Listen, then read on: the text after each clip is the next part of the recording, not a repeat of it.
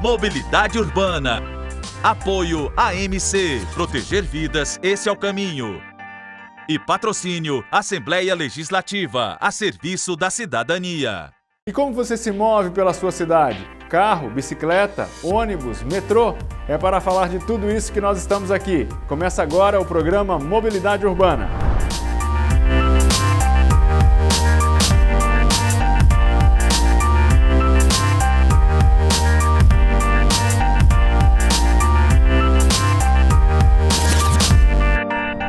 Após a Revolução Industrial, a maneira como as cidades se estruturavam foi modificada. Elas passaram a ser centros de acontecimentos sociais e econômicos, atraindo milhares de novos moradores. A população muitas vezes cresceu mais rápido do que os espaços urbanos estavam preparados para abrigar. Com o surgimento dos carros, esse descompasso entre as necessidades da população urbana e a capacidade das cidades aumentou ainda mais. Na construção de milhares de quilômetros de rodovias, para solucionar tudo isso, aqui no Brasil, houve um grande investimento na construção de milhares de quilômetros de rodovias. Cidades planejadas como Brasília evidenciaram ainda mais a utilização do carro como principal meio de locomoção. A princípio, tudo parecia estar resolvido, mas o número de carros avançou muito mais do que as cidades conseguem suportar e o trânsito vem entrando em colapso, mostrando que o sistema de transporte precisa de novas soluções. A sobrecarga das ruas com o fluxo intenso de veículos, os impactos ambientais da população e os crescentes índices de acidentes são apenas alguns dos muitos desafios que a gestão pública e a população precisam enfrentar. E aqui no programa Mobilidade Urbana vamos pensar e refletir todos esses assuntos. Vamos receber especialistas do Ceará e do Brasil para trazer suas experiências. Vamos ver como cidadãos de outras cidades do mundo se movimentam e, é claro, mostrar para você o que já está sendo mudado hoje na nossa rotina. Esse é um dos desafios de Ilan Gurgel, que a cada programa compartilha com você essas ideias. No programa de hoje, ele vai mostrar que segurança e mobilidade andam juntas. É com você, Ilan. Sabe aquelas faixas verdes nas esquinas de alguns cruzamentos da cidade? Então, elas fazem parte do projeto Esquina Segura, que promove o alargamento de calçadas exclusivas para pedestres e tem como objetivo reduzir a prática de estacionar nas esquinas, melhorar a percepção dos usuários acerca do limite de 5 metros e facilitar a visibilidade dos condutores. Com isso, os pedestres têm um tempo de travessia encurtado, diminuindo os riscos de acidentes. E quem vai explicar um pouco mais sobre esse assunto pra gente, já tá aqui, é o Wellington Cartacho. E cara, fala pra mim o seguinte, como é que começou essa história da esquina segura? Na verdade isso começou devido a um estudo que foi feito ou foi tão somente para que o fortalezense deixasse de estacionar nas esquinas? Na verdade, o estudo que a MC acaba fazendo, justamente através dos dados, o número de acidentes, tanto com vítimas como sem vítimas, tudo tem que ser baseado também na ciência. Com isso, legal, a MC fez esse estudo e o levantamento. E algumas propostas foram dadas. E a gente viu que a questão de ter o cuidado, principalmente com o estacionamento das esquinas, o cuidado com o pedestre era muito importante. É tanto que com a implantação do Esquina Segura, a gente chegou a ter uma redução aí de 61% do número de acidentes com vítima. Então, para a gente ver qual é a importância dessa operação em si. Quem está aqui comigo agora é o professor Flávio Cunto, ele que é coordenador do programa de pós-graduação em Engenharia de Transportes e que acabou então coordenando um processo, acho que assim a gente pode dizer, na verdade uma pesquisa que verificou então essa adequabilidade, a eficiência dessas esquinas seguras. É mais ou menos por aí, professor? É isso mesmo, foi o projeto Esquina Segura, ele teve o início por volta de 2015, e teve um aperfeiçoamento agora em 2018 e 2019. A gente ajudou a identificar, né, a eficácia, né, o quão boa seria essa intervenção para a segurança viária, né, nesse período inicial aí de 2015 a 2019. Legal. Você pode contar para a gente mais ou menos como é que tudo isso funcionou? Quantos alunos estavam envolvidos? Explica para a gente assim mais ou menos. Bom, o projeto Esquina Segura, né, ele teve três dimensões assim, maiores, né? Uma dimensão que envolvia a readequação da sinalização horizontal e vertical das esquinas, né, de alguns cruzamentos.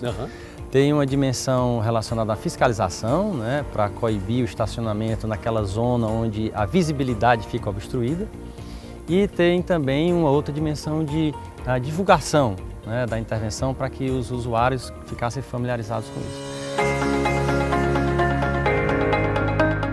O projeto foi um dos vencedores do Road Safety Awards, o principal prêmio mundial que reconhece ações desenvolvidas para a segurança no trânsito.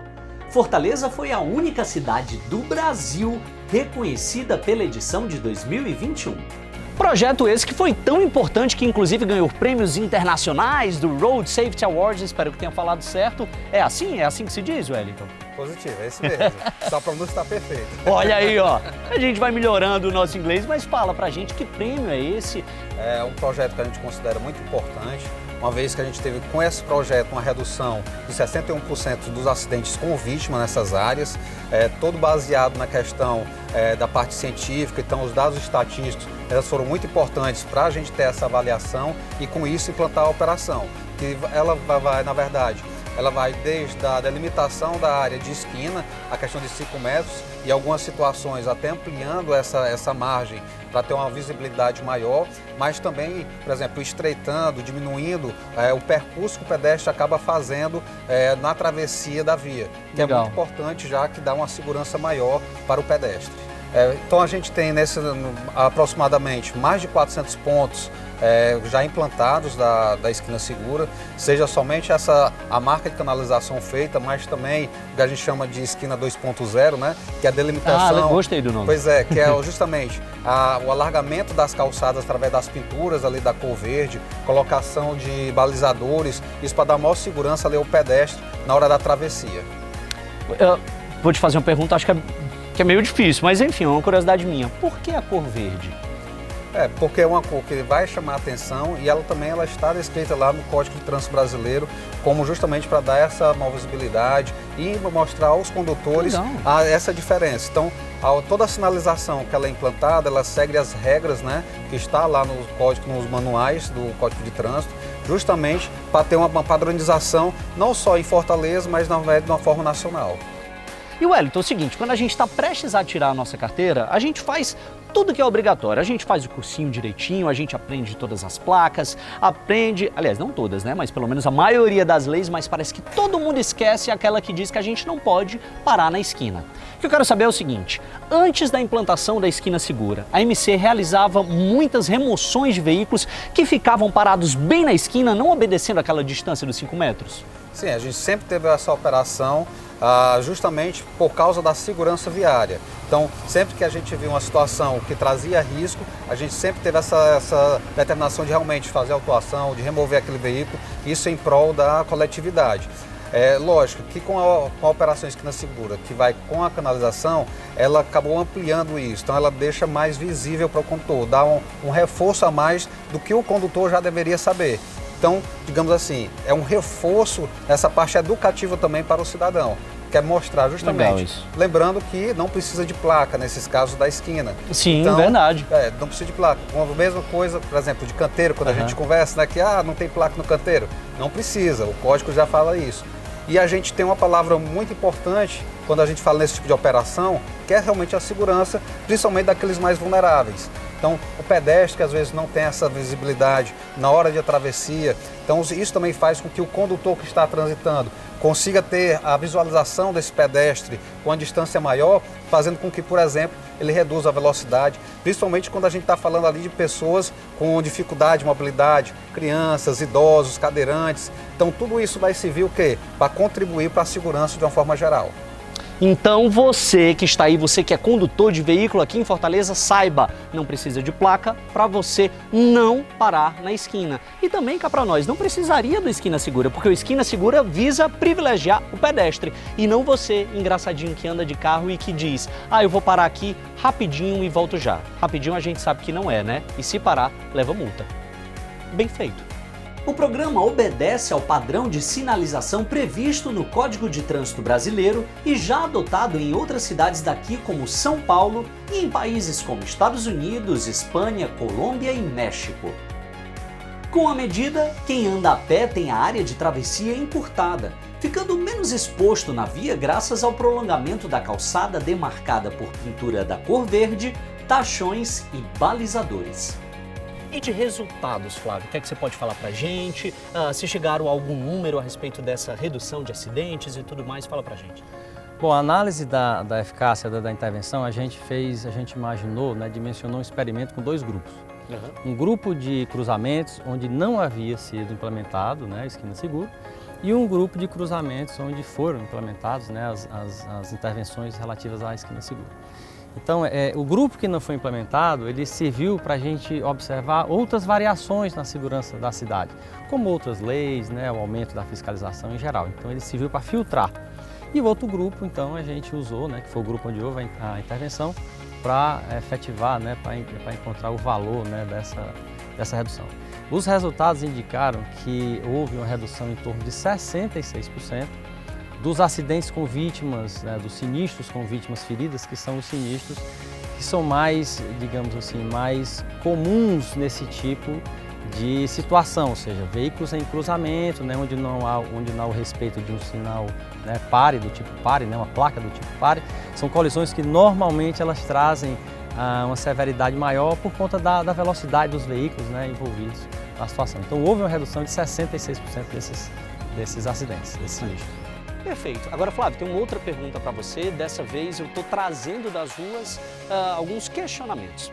A gente que abordou alguns motoristas, abordamos alguns pedestres e o que a gente mais escutou foi que as pessoas acabam achando esse tipo de atitude, esse tipo de iniciativa uma atitude pequena, na verdade é algo ínfimo e eles acreditam que os órgãos poderiam fazer algo bem mais robusto, alguma coisa que fosse mais incisiva para que as pessoas realmente respeitassem as esquinas. O que você tem a falar dessas pessoas ou falar para essas pessoas? É um ponto bem interessante, mas talvez é aí onde esteja a grande melhoria, né, ou a grande ideia desse processo.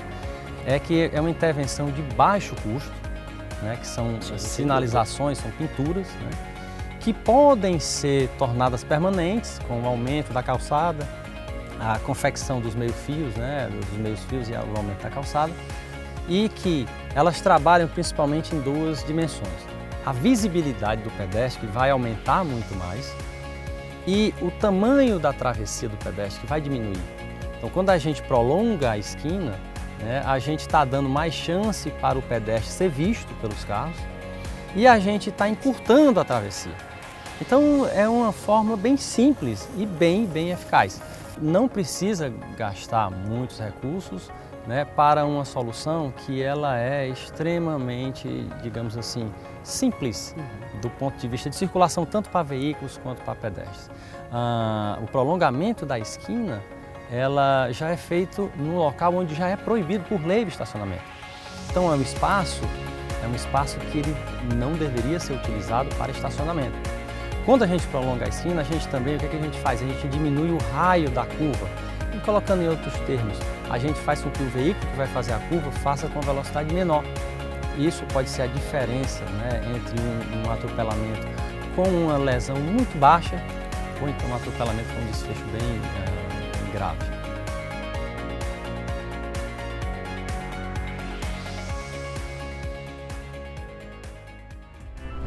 E a gente faz uma breve parada e no próximo bloco vamos conversar sobre mobilidade sustentável. A gente volta já.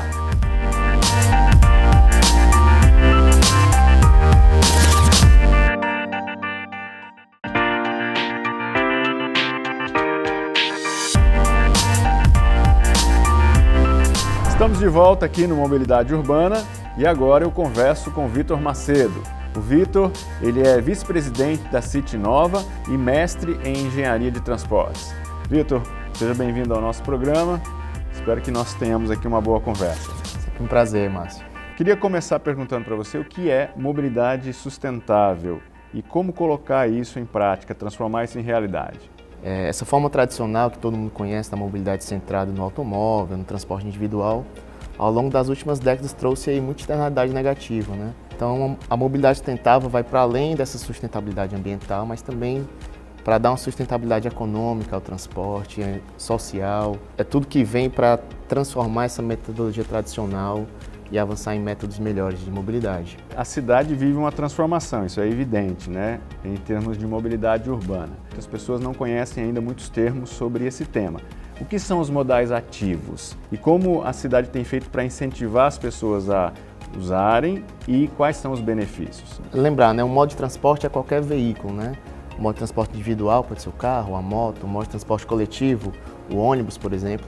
E um modo ativo é tudo aquilo que é movido à propulsão humana, então a bicicleta, a própria caminhada.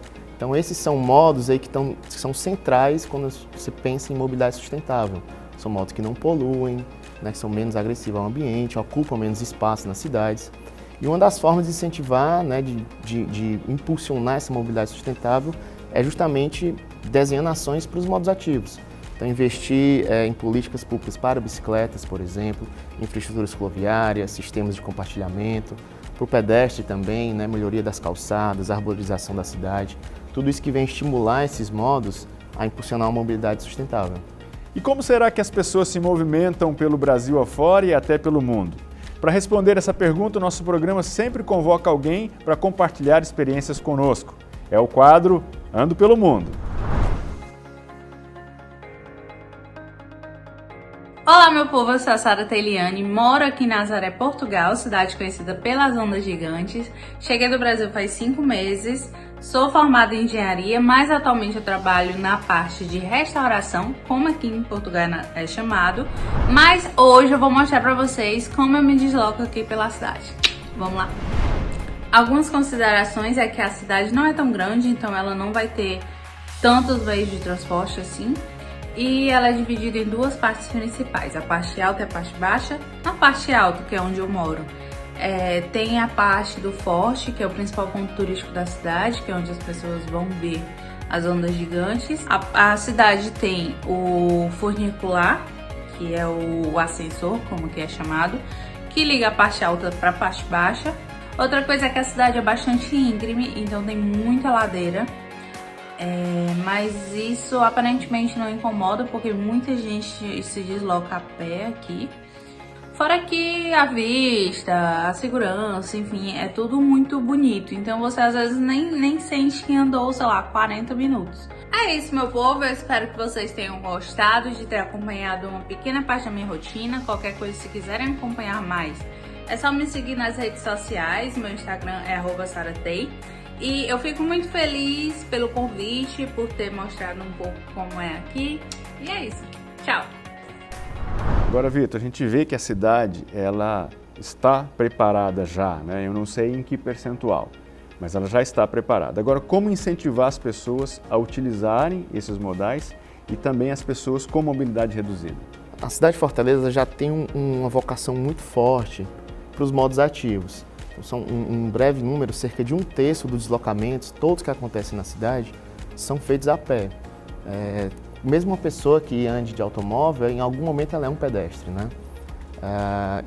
Quase 6%, 7% dos deslocamentos também são feitos por bicicleta. Então, se você somar isso aí, dá quase 40% dos deslocamentos feitos a pé, por pedestres e bicicletas. Então, a cidade de Fortaleza já tem uma vocação muito forte. Com a pandemia isso acelerou, né? Necessidade de deslocamento, a questão de renda também, as pessoas procurando novos modos de transporte. Então a cidade tem que estar preparada para isso. E é fundamental quando a gente olhar para a mobilidade reduzida, né? É um público que precisa muito de infraestrutura, de boas condições de calçada. E isso tem uma face que é pública, nas calçadas, no eixo viário, e também uma face privada, né? Dos prédios e edificações estarem adaptadas para que as pessoas possam ter mais acesso, né?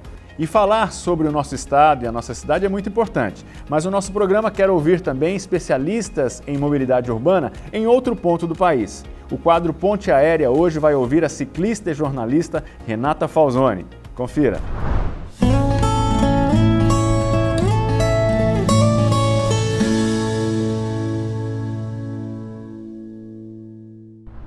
Olá! Eu sou Renata Falzoni, eu sou paulistana, tenho 68 anos de idade, só ando de bicicleta aqui na capital faz 46 anos de idade, não precisa dizer que eu sou apaixonada por bicicleta. E mobilidade, antes de tudo, é acesso aos espaços públicos. Não é necessariamente ir do ponto A ao ponto B, é você acessar o espaço público, é você ter amplo acesso a tudo aquilo que pode ser bonito, agradável, que você fale, olha que linda aquela árvore, vou chegar no pé dela. É você poder chegar no pé dela sem ter que se atirar no meio de avenidas, de adultos e etc. e tal. Acesso à cidade é sinônimo de mobilidade. Quando no século XX o Brasil e outros países também optaram pelo carro individual como único meio de transporte e sucateando os trens e também tratando muito mal a questão do transporte público, as cidades se espraiaram, elas ficaram muito pouco sustentáveis no sentido assim de não parar em pé economicamente. Então, para você salvar essa cidade que foi totalmente deformada por essa opção do uso excessivo do automóvel, você tem que fazer a cidade ser mais compacta, mais diversa, nos mesmos bairros compactos, você ter todas as classes sociais convivendo no mesmo território urbano, de tal forma que você tenha um acesso ao emprego mais rápido, mais fácil, as pessoas morando perto dos seus empregos, aqueles que contratam, trazendo funcionários da vizinhança e não de uma periferia. Isso salva as cidades, isso muda as cidades. E faz parte desse processo de você tornar essas cidades resilientes e sustentáveis, você promover a mobilidade ativa, que é andar a pé, andar de bicicleta e combinar isso com o transporte público, que deve ser a prioridade na mobilidade. Essa é a fórmula de você resolver os problemas do século XX que as cidades absorveram, que é ser espalhada, serem ineficientes. É você adensar e principalmente promover a mobilidade ativa combinada com o transporte público e, consequentemente, você vai estar dando uma opção para as pessoas deixarem os carros em casa e sentirem muito mais eficiência no transporte ativo combinado ao transporte público. Promover a bicicleta faz parte da solução dessa questão. Promover uma cidade mais densa, que faz com que a bicicleta seja mais eficiente ainda, é você realmente atacar de frente essa solução.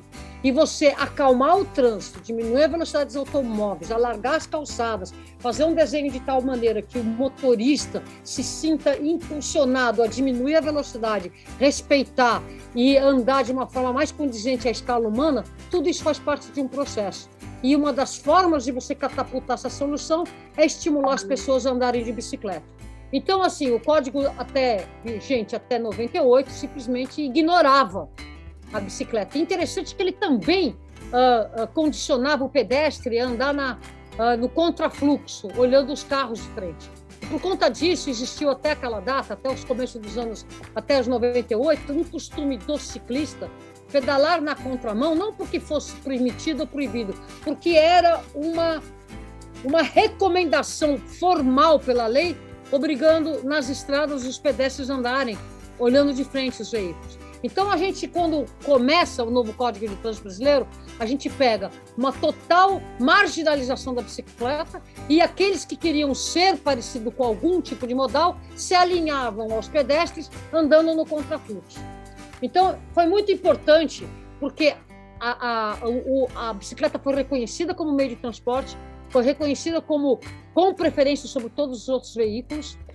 Na realidade, os direitos, não só dos ciclistas, mas dos pedestres também, sendo de fato aplicados. Então, esse conceito rodoviarista, esse conceito de que a rua é a preferência dos motorizados, esse conceito de quem vem mais pesado é aquele que tem a preferência, prevalece não só no gerenciamento do desenho do espaço público, mas como principalmente no gerenciamento daquilo que toca ao jurídico.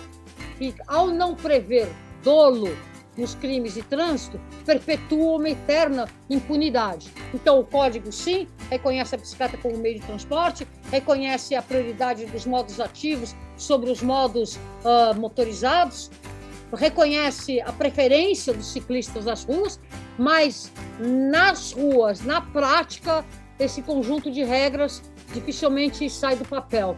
E quando você vai às vias de fato de julgar um criminoso de trânsito, ele sai livre e solto, porque os juízes não colocam esse criminoso na cadeia, e são vários os motivos por que eles não fazem isso.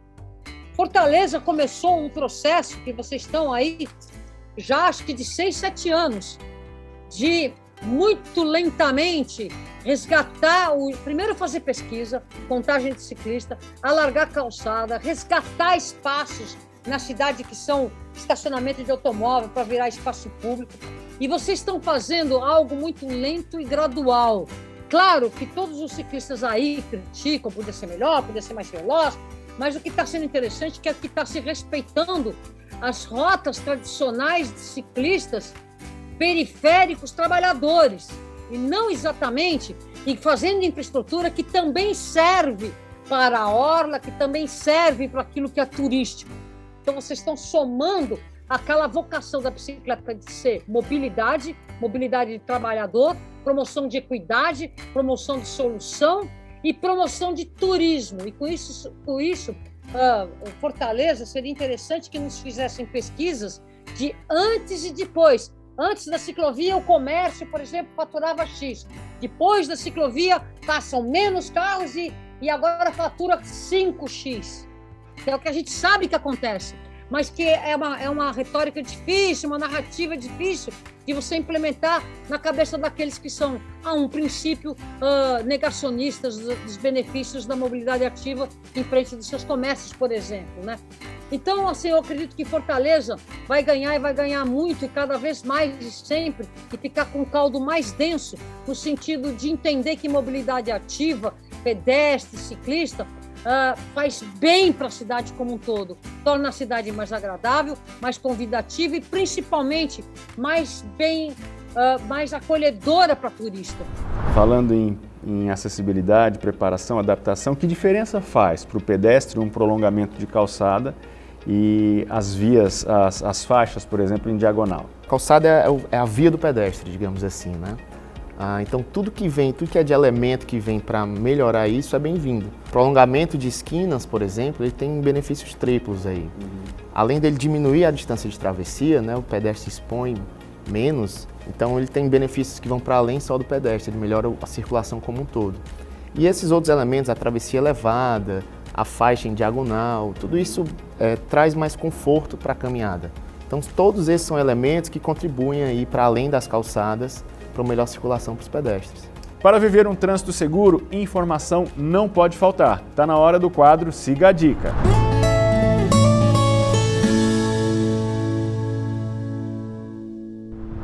Oi, eu sou o de Israel Brasil, estou aqui para falar sobre o cinto de segurança. O cinto de segurança é obrigatório para o condutor e todos os passageiros do veículo, sejam elas em vias urbanas ou rodovias, ou seja, em todas as vias do território nacional. Fica essa dica. Para a gente finalizar, Vitor, como é que a cultura do compartilhamento pode ajudar nas soluções desse problema que é a mobilidade urbana? Compartilhamento, eu diria que é uma das palavras aí da mobilidade do futuro. Se você oferta modos compartilhados na cidade, você evita a necessidade de alguém ter que adquirir um modo, por exemplo, adquirir um veículo. Então, se você tem bicicletas compartilhadas, você não precisa ter uma bicicleta na sua casa para poder andar de bicicleta na cidade. Se você tem os carros elétricos compartilhados da mesma forma. E você oferta possibilidades para as pessoas se deslocarem, né? O transporte público ele é um modo compartilhado, a bicicleta pode estar compartilhada, os patinetes podem ser compartilhados. O compartilhamento ele vem como um conceito aí de vanguarda para as cidades, né? Enfrentar esses problemas da mobilidade. Muito bem. Vitor, te agradeço pela presença e sucesso aí na sua empreitada. Obrigado, a gente que agradece. Finalizamos aqui o programa de hoje. Muito obrigado pela sua audiência e eu aguardo você no próximo Mobilidade Urbana. Até lá. Tchau, tchau.